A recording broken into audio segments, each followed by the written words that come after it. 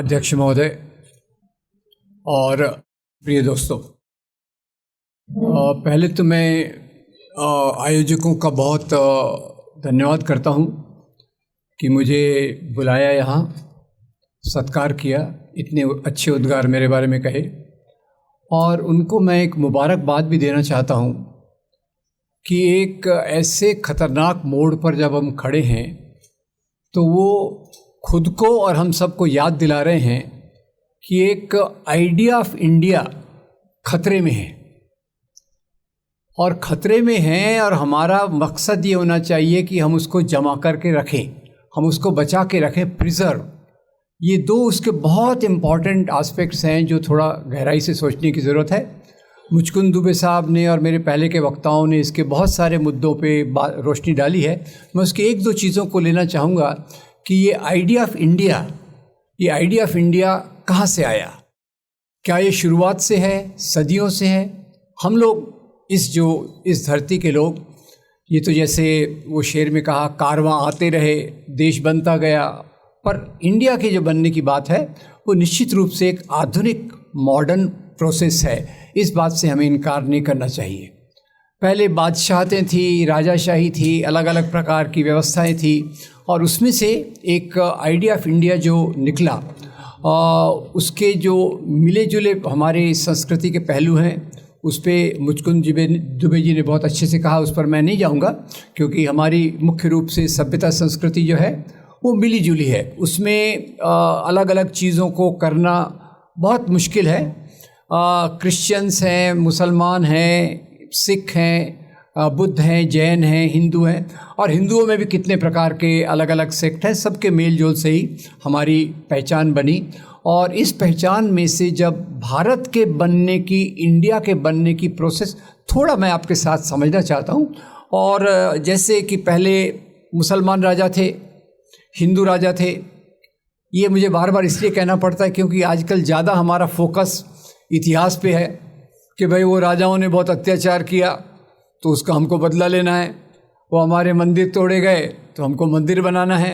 अब सौभाग्यवश एक बात नहीं होती कि हमारे जो बुद्ध विहार तोड़े गए उसके बारे में बात नहीं होती, तो उसके बारे में मुझे अच्छा लगता है कि इतिहास में आप ज़्यादा पीछे नहीं जा रहा है, केवल मुसलमानों को ही टारगेट करके आप रुक रहे हो। खैर, उसके बारे में भी एक चीज़ें हैं। तो ये जो नफ़रत फैलाने का काम है, ये हमारी आइडिया ऑफ इंडिया को ख़त्म करने की कोशिश है। याद रखिए, देखो दोस्तों, जो आज मुसलमानों को टारगेट किया जा रहा है और थोड़ा क्रिश्चियंस को टारगेट किया जा रहा है, क्रिश्चियंस को भी किया जा रहा है, ये उनको तो टारगेट किया ही जा रहा है, साथ में साथ इसका मुख्य उद्देश्य है कि जो आइडिया ऑफ इंडिया, जो आज़ादी के आंदोलन से जो हमारे मूल्य निकले, जो हम एक देश बने, जिसको हमने कहा India is a nation in the making. याद रखिए, सुरेंद्रनाथ बैनर्जी की वो किताब का शीर्षक है India is a nation in the making, और उसमें ये मुख्य बात थी कि हम सदियों से ये संस्कृति है, पर उसमें कुछ बदलाव आ रहे हैं, और बदलाव आना ये एक नदी की निशानी होती है। एक स्थिर तालाब होता है, वो तालाब का तालाब वहीं खड़ा है, नदी बहती है, उसमें परिवर्तन आते हैं, उससे जो सुधार होते हैं, वो एक आइडिया ऑफ इंडिया के रूप में उभरा। तो इसकी थोड़ी सी मैं बात कर दूं कि जैसे पहले के राजाओं की बात मैं छोड़ देता हूं, वो भी अपने आप में बड़ा टॉपिक है, कि एक टॉपिक का पर मैं ज़रूर जवाब दे दूंगा, क्या ये राजा लोग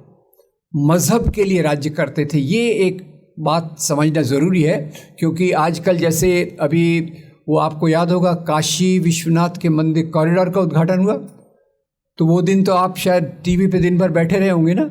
हमारे प्रधानमंत्री जी उसका उद्घाटन कर रहे थे, और दिन में कितने बार उन्होंने सुंदर सुंदर कपड़े पहने, तो मुझे बहुत अच्छा भी लगा, भाई ये कितना शक्तिशाली प्रधानमंत्री है, हर 3 घंटे पे नए कपड़ों में दिखता है, वो बात एक अच्छी भी लगी। खैर, पर यही उसी के बहाने राजाओं पे भी दोष डाला जाता है कि भाई वो औरंगज़ेब वेरी बैड, उसने हमारे मंदिर को तोड़ा वगैरह वगैरह। अब ये आधे सच के आधार पे नफ़रत फैलाने का काम है। पहली बात तो ये है कि मुसलमान राजा ने कुछ किया, या पुष्यमित्र शुंग ने बुद्धों का जो कत्लेआम किया, क्या उसके लिए आज के लोग जिम्मेदार हैं? ये मेरा पहला सवाल है, आप इसको जवाब दीजिए। राजाशाही में औरंगज़ेब ने क्या किया, अकबर ने क्या किया, अशोक ने क्या किया, पुष्यमित्र सिंह ने क्या किया, उसके लिए आज के हम लोग कोई जिम्मेदार नहीं हैं। पहली बात। दूसरी बात, आधे सच के आधार पे नफ़रत को फैलाना। अभी मैंने आधे सच की बात कही क्योंकि अभी एक शायद फिल्म भी आई थी कश्मीर फाइल्स, आप में से कईयों ने देखी होगी। उसमें वो खुद कहती है कि आधा सच जो होता है वो झूठ से ज़्यादा खतरनाक होता है। मैंने कहा आपने फिल्म में तो वही लागू किया है, आधा सच बता के आपने नफ़रत पैदा करने का काम किया है। तो ये भी आधा सच है कि जैसे मुसलमान राजाओं ने मंदिर तोड़े, इस बात को छुपा दिया जाता है कि मुसलमान राजाओं ने मंदिरों को भी दान दिया। वो अपने आप एक बड़ा टॉपिक है, उसको आप गहराई से सोचिएगा। इस बात को भी कहा जाता है कि अरे भाई मुसलमान राजा वेरी बैड, घोड़े पर बैठकर आए, एक हाथ में तलवार एक हाथ में कुरान, तलवार से लोगों को डराया, इस्लाम को लोगों पर लाद दिया। अब आपने तो सुन लिया, पर कई बार मैं मुसीबत में फंस जाता हूँ। मैं यही बात कह रहा था, मुसलमान राजा घोड़े पर बैठकर आए, एक हाथ में तलवार एक हाथ में कुरान। तो 2-3 दोस्त खड़े हो गए, बोले सर ये पॉसिबल कैसे है? अगर राजा के एक हाथ में तलवार है, एक हाथ में कुरान है, तो घोड़े की लगाम कौन संभालेगा? मैंने कहा ये भाई तो मुझे भी नहीं पता, ये बात लोग कहते हैं तो मैंने भी आपके सामने कह दिया। वैसे मैं इतनी बात जानता हूँ, इस्लाम में ज़बरदस्ती अलाउड नहीं है। जो ज़बरदस्ती से फैलाया गया वो इस्लाम हो ही नहीं सकता। मेरे लिए मेरा दीन, आपके लिए आपका दीन। ये जो अरेबिक तो मुझे आती नहीं है, तो पर अपने हिसाब से सीखने की कोशिश करते रहता हूँ, कुछ जो टीचिंग अलग अलग धर्मों की हैं। तो ये एक फैलाया गया। फिर क्रिश्चियंस को भी नहीं छोड़ा गया कि भाई ये क्रिश्चियन मिशनरी वेरी डेंजरस। वो पेस्टर स्टेन्स को जलाया था, आपको याद होगा, नफ़रत फैलाने के लिए पेस्टर स्टेन्स, उनके 2 मासूम बच्चों के साथ जलाया। बोले ये तो यहाँ ईसाई धर्म को फैला रहे हैं। तो फिर मैंने एक थोड़ा सा स्टडी किया तो मुझे पता चला कि भारत में ईसाई धर्म AD 52 यानी जो कॉमन इरा के 52वें साल में ईसाई धर्म सेंट थॉमस आए, मालाबार तट पर चर्चों की स्थापना की। यानी भारत का ईसाई धर्म इंग्लैंड के और अमेरिका के ईसाई धर्म से पुराना है, पहली बात। और 2000 साल से क्रिश्चियन मिशनरीज पर आरोप है ये धर्मांतरण कर रहे। और आज जब मैं पॉपुलेशन सेंसस देखता हूँ तो यहाँ ईसाइयों का जो परसेंटेज है वो 2.3। तो लोगों से मैं ऐसे सवाल पूछता रहता हूँ, ईसाई मिशनरी इतने सालों से काम कर रहा है, कन्वर्ट कर रहा है, कितने लोगों को कन्वर्ट किया? 2.3। तो खैर मैं IIT में प्रोफेसर था, अपूर्वानंद जैसे प्रोफेसर भी हैं, हमारा काम इवैल्यूएट करना होता है। तो ईसाई मिशनरियों के काम को इवैल्यूएट किया तो उनको पास करेंगे या फेल करेंगे? 2.3 पे पास तो हो ही नहीं सकते। तो एक तरफ से ईसाइयों के खिलाफ नफ़रत, एक तरफ से मुसलमानों के खिलाफ नफ़रत, ये हमारे आइडिया ऑफ इंडिया की जगह में नहीं है। आइडिया ऑफ इंडिया में अगर आप देखें तो एक तरफ आपको वो लोग मिलते हैं जो शहीद आज़म भगत सिंह, उनको भी थोड़ा याद कीजिए, शहीद आज़म भगत सिंह।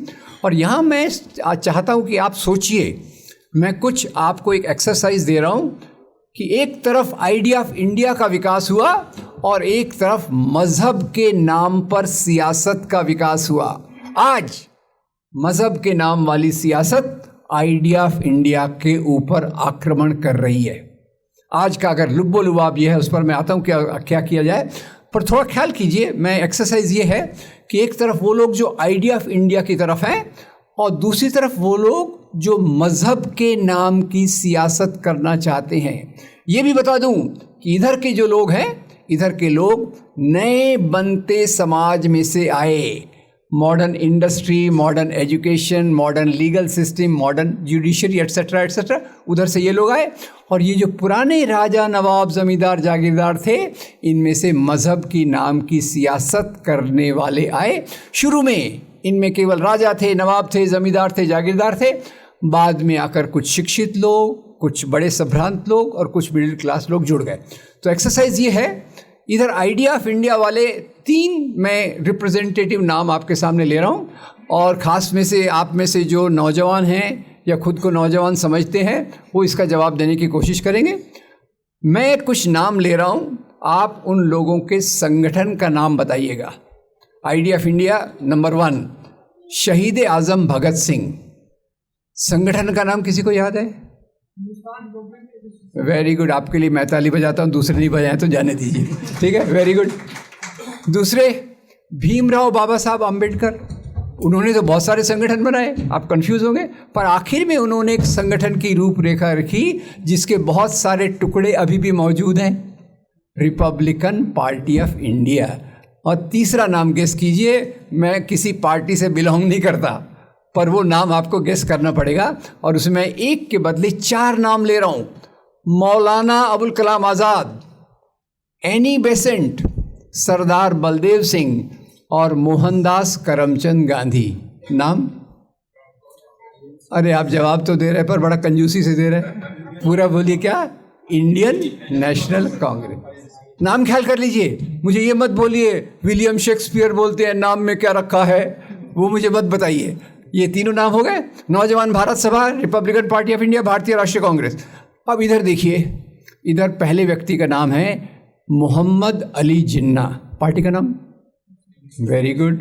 दूसरे विनायक दामोदर सावरकर, उन पे अभी एक बुक भी बाहर रखी हुई है। विनायक दामोदर सावरकर जब छूट के आए, जब उनको खुद पार्टी ज्वाइन करने की आज़ादी मिली, कौन सी पार्टी ज्वाइन की?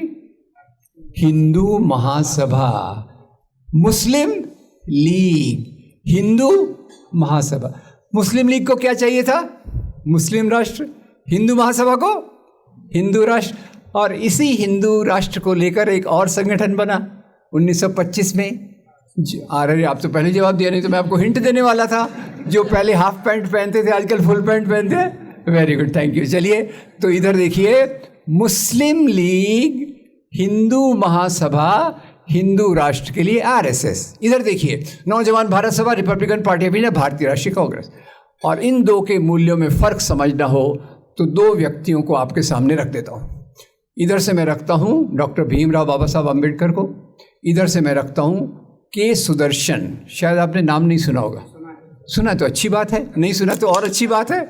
ऐसे लोगों का नाम नहीं सुना तो भी चलता है। क्या थे वो? आरएसएस के सरसंघ चालक 2000 में थे। उन्होंने जो बयान दिया उसको आजकल वेबसाइट से निकाल दिया, पर फॉर्चुनेटली मैंने एक लेख लिखा था, वो अभी भी तहलका में मौजूद है। तो खैर, इधर भीमराव बाबा साहब अम्बेडकर समता के लिए, बराबरी के लिए, लोकतांत्रिक मूल्यों के लिए आंदोलन करते हैं। 14 तालाब का आंदोलन, काराराम मंदिर का आंदोलन, और फिर वो एक किताब को जलाते हैं। कौन सी है? मनुस्मृति।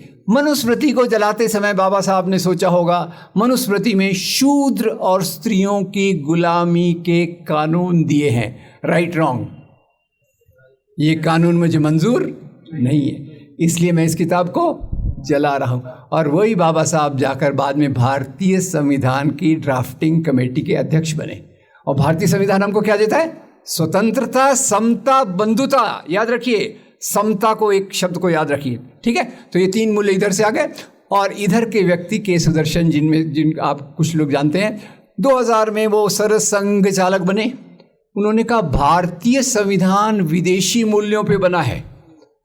अब एक बात मैं आपसे और भी पूछ लूं, ज्ञान, विज्ञान, नैतिकता, मूल्य, ये देशी विदेशी होते हैं या पूरी मानवता के होते हैं? कुछ चीज़ें देशी विदेशी होती है, मैं मानता हूँ, कुछ चीज़ें देशी विदेशी होते हैं। ख़ास तौर से शाम को कुछ लोग एंजॉय करते हैं, उसमें देशी विदेशी होता है, बाकी कुछ देशी विदेशी नहीं होता। एनीवे, जाने दीजिए।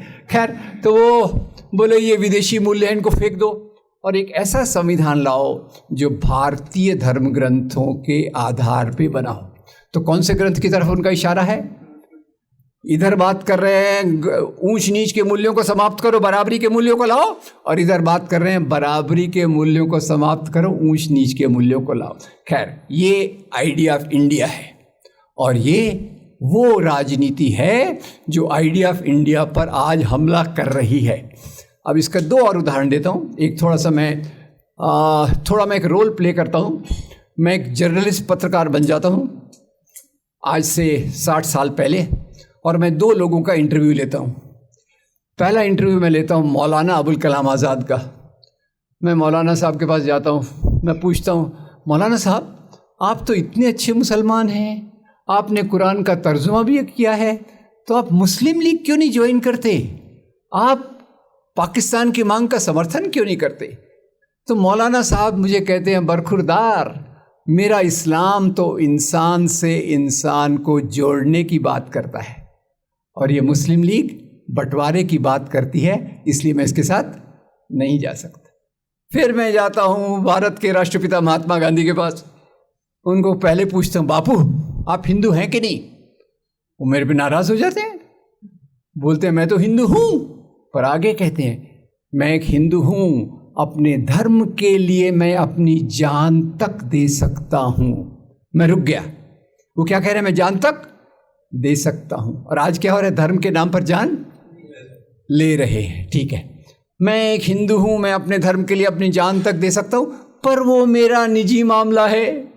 जहां तक उस राज्य का सवाल है जिसके निर्माण के लिए मैं काम कर रहा हूं, वो राज्य न मेरे न आपके धर्म गुरुओं धर्म द्वारा संचालित होगा। राज्य का काम होगा लोगों के रोटी कपड़ा मकान बिजली सड़क पानी शिक्षा स्वास्थ्य नौकरी और ह्यूमन राइट्स का ख्याल करना। ये महात्मा गांधी कहते हैं। आज इन्हीं चीज़ों का पूरा वायलेशन हो रहा है। दूसरी एक घटना, अभी मंदिरों की बात हो रही है। कल भी कांग्रेस ने प्रदर्शन किया, देर आया दुरुस्त आयत, काले कपड़े पहनकर किया, महंगाई के खिलाफ बेरोजगारी के खिलाफ। तो उन्होंने कहा भाई ये तो वही आज राम मंदिर निर्माण दिवस था, उसका विरोध करने के लिए इन्होंने किया। सांप्रदायिकता की लिमिट देखिए। लोगों का दुख दर्द पीड़ा बेरोजगारी भूख नहीं दिखती, केवल एक ही दिखता है, मंदिर मंदिर और उसी के प्रकार का पोलराइजेशन जो उसके चारों तरफ चलता है। तो खैर एक और घटना आपको मैं बताना चाहता हूँ। आज़ादी के बाद कई लोगों ने कहा सोमनाथ के मंदिर को वो किसने तोड़ा था? सोमनाथ का महमूद गजनवी, बोले उसने तोड़ा था तो सरकार ने इस मंदिर को बनाना चाहिए। गांधी ने कहा मंदिर बनाना सरकार का काम नहीं है, हिंदू समाज अपना मंदिर बनाने के लिए सक्षम है, नो प्रॉब्लम। और उनके चेले जवाहरलाल नेहरू ने इसका जवाब दूसरे तरीके से दिया। 1956 में भाखड़ा नंगल बांध का उद्घाटन कर रहे थे। बांध का उद्घाटन करते समय जवाहरलाल नेहरू कहते हैं ये जो बांध है, और उसमें मैं ऐड कर देता हूँ, ये जो बांध है, जो यूनिवर्सिटीज़ हैं जिसके बारे में सलीम साहब काफ़ी डिटेल में बता रहे थे, ये साइंटिफिक एंटरप्राइजेस है, रिसर्च एंटरप्राइजेस है, ये आधुनिक भारत के पूजा के स्थान हैं। ये हमारा रास्ता चल रहा था आइडिया ऑफ इंडिया वाला कि हमारे मंदिर बने, हमारे मंदिर होंगे यूनिवर्सिटीज़ में साइंटिफिक एस्टेब्लिशमेंट्स में। 1980 के बाद भाषा बदल गई, और भाषा बदल गई। उस समय एक रथ यात्री जी थे, याद है आपको? अरे very good, thank you so much. उनकी पार्टी ने तो उनको भुला दिया, आपको याद है, थैंक यू वेरी मच। अब उन्होंने कहा कि ये क्या मंदिर की बात करते हो, मंदिर कहाँ, यूनिवर्सिटी वगैरह की बात करते हो, हमारे मंदिर तो मस्जिदों के नीचे हैं।